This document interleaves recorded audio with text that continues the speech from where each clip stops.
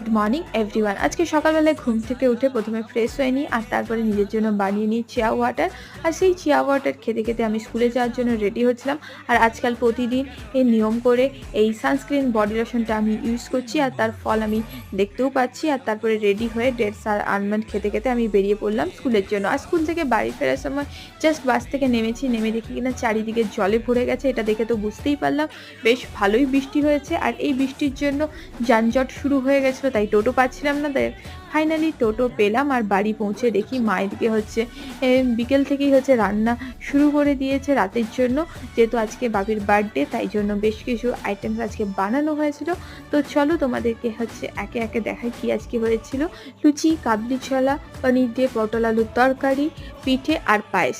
এই ছিল আজকে আমার বাপির বার্থডে এর মেনু। আর এই দিয়ে তো আমি করলাম জুমিয়ে ডিনার। আবার দেখা হচ্ছে কালকে। Bye, take care and good night.